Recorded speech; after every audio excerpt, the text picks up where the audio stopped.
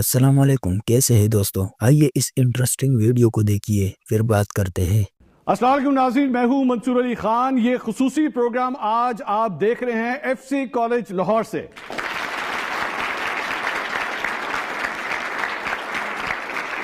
नाज़रीन, आप जानते हैं कि हम लोग मुख्तलिफ कॉलेजेस यूनिवर्सिटीज़ में जाते हैं ऑल ओवर पाकिस्तान। अब लाहौर से भी कर चुके हैं, इस्लामाबाद से भी कर चुके हैं। इंशाल्लाह अनकरीब कराची की लेग्स में भी हम जाके मुख्तलिफ यूनिवर्सिटीज़ से वहाँ पे प्रोग्राम्स करेंगे। लेकिन यहाँ आने का मेन मकसद ये होता है कि स्टूडेंट्स जो यंगस्टर्स हैं, जो हमारी आने वाली जनरेशन है, इनके ज़हनों में क्या सवालात हैं, ये पूछ नहीं पाते, इनका एक्सेस नहीं होता। सोशल मीडिया के ऊपर अगर ये आते हैं तो वहाँ पर भी पाबंदियाँ आजकल लग रही हैं। एक्स काम नहीं कर रहा, सुनने में आ रहा है कि अब वीपीएन भी जो है वो बंद होने वाले हैं। तो आखिर ये बोलेंगे किस तरह, सवाल किस तरह करेंगे। हम इनके पास सिर्फ यही आते हैं जानने के लिए कि इनकी सोच क्या है। लेकिन पाकिस्तान की अगर तारीख उठा के देखी जाए तो गिनती एक ऐसी चीज है जो शुरू से लेकर आखिर तक हम शायद उसी में मारे गए हैं। कभी यहां इलेक्शन होते हैं तो फॉर्म 45 और फॉर्म 47 की गिनती में हम फंस जाते हैं। मईशत की बात आती है तो फिर गिनती में फंस जाते हैं कि बड़ी महंगाई बहुत ज्यादा हो गई है, यह भी गिनती में नहीं आ रही। और उसके बाद अब सूरत हाल यह है कि जब एक एहतजाज किया गया तो फिर गिनती के ऊपर लड़ाई शुरू हो गई है। एक साइड कहती है हमारी लाशों की गिनती कम की गई, दूसरी साइड कहती है लाशों की गिनती बहुत ज्यादा कर दी गई है, गिनती इतनी थी ही नहीं। आखिर हो क्या रहा है इस गिनती के भंवर से, आखिर हम कब निकलेंगे? आज अपने पैनलिस्ट का मैं इंट्रोडक्शन कराऊंगा। मुस्लिम लीग नून से हुकूमत पंजाब के वजीर और very upcoming senior politician now Zeeshan Rafiq साहब मुस्लिम लीग नून को रिप्रेजेंट कर रहे हैं। ज़ीशान साहब का एक और इंट्रोडक्शन भी मरियम नवाज साहिबा की, जो इस वक्त कैबिनेट है उसके एक यंग मिनिस्टर हैं। इस मरतबा she is actually chosen younger lot और वो कैबिनेट मेंबर्स हैं। और ज़ीशान साहब जो है वो एक बड़े अपकमिंग स्टार हैं। लेट्स सी आज वो अपनी पार्टी को यहां किस तरह डिफेंड करते हैं। साथ ही साथ very old experience player from Pakistan Tehreek Insaf, उनके राइजिंग स्टार नहीं बल्कि सुपरस्टार ऑलरेडी बन चुके हैं, अजहर सिद्दीक साहब। आप दोनों मेहमानों का बहुत बहुत शुक्रिया। मैं फ्लोर पहला एक सवाल आप दोनों से करता हूं, उसके बाद स्टूडेंट्स की तरफ आएंगे, वो आपसे क्वेश्चंस करेंगे।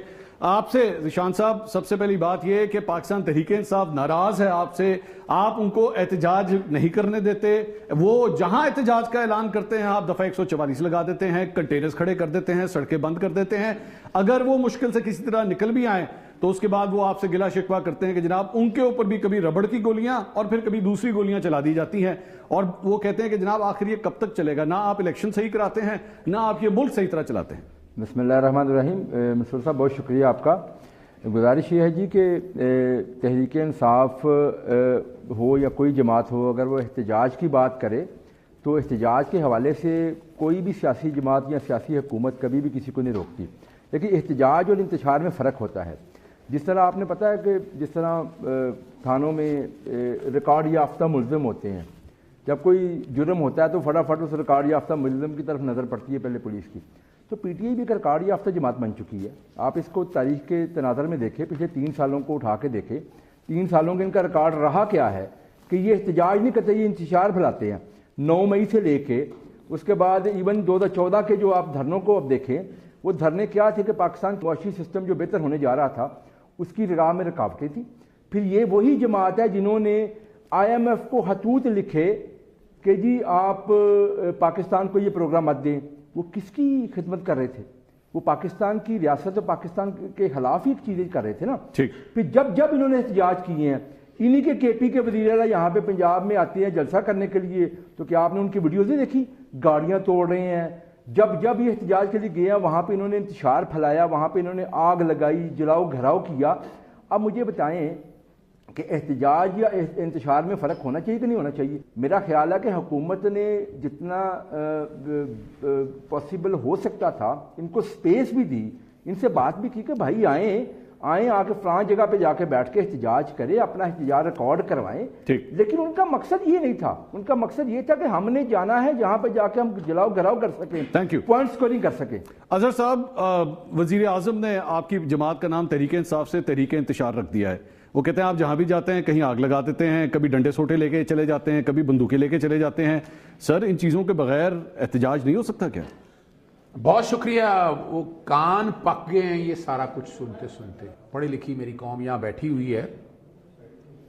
लफ्ज इंतशार के हवाले से किसी तो दोस्तों आपने वीडियो देख ली, अगर आपको पसंद आई तो लाइक शेयर और कमेंट ज़रूर करना, चैनल को भी सब्सक्राइब करना। शुक्रिया।